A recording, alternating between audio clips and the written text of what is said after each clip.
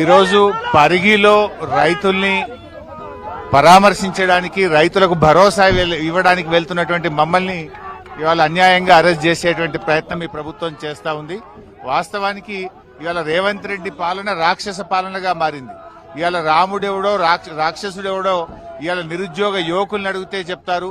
రాముడెవడో రాక్షసుడెవడో లగచెర్ల రైతులను, పరిగి రైతులను అడిగితే చెప్తారు. ఇవాళ రేవంత్ పాలన ఒక రాక్షస పాలనగా మారింది. ఎక్కడికక్కడ దళిత గిరిజన భూములు లాక్కోవడము, భూములు కొల్లగొట్టడము, పేదల ఉసురు పోసుకునే ప్రభుత్వంగా మారింది. ఇవాళ రేవంత్ రెడ్డి నీది ఏ పాలననో 6 గ్యారెంటీలు ఎగ్గొట్టిన ఎవరిని అడిగినా చెప్తారు. అక్కా చెల్లెళ్లకు 2500 ఎగ్గొట్టిన అక్కా చెల్లెల్ని ఇది నీ పాలన ఏందంటే రాక్షస పాలన అని చెప్తారు. రుణమాఫీ చేయక రైతు భరోసా చేయని రైతుల్ని అడిగితే నీది రాక్షస పాలన అని చెప్తారు.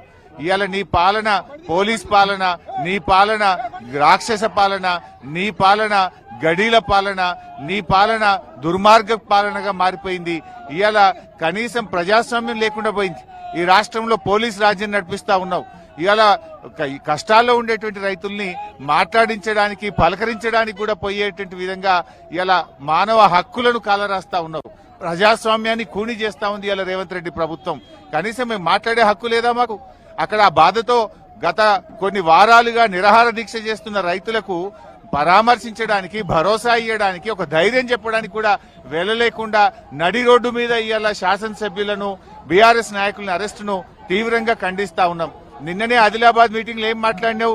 మమ్మల్ని ఎవరు తిట్టినా నేను అరెస్ట్ చేస్తలేను, మమ్మల్ని ఎవరు ఏమన్నా అరెస్ట్ చేస్తలేనని నిన్న ఆదిలాబాద్ లో అన్నావు కదా. మరి ఇవాళ మమ్మల్ని ఎందుకు అరెస్ట్ చేస్తా ఉన్నావు? అంటే నీ మాటలకు చేతలకు పొంతన లేదా? నువ్వే చెప్తావు అరెస్ట్ చేయడం లేదని, నువ్వే చెప్తావు ఇవాళ అరెస్ట్ చేస్తున్నావు. మేము ఏం తప్పు చేశామని అరెస్ట్ చేస్తున్నావు? ఆదిలాబాద్ లో ఏం మాట్లాడినావు? నిన్న ఇవాళ జరుగుతున్నది ఏంది?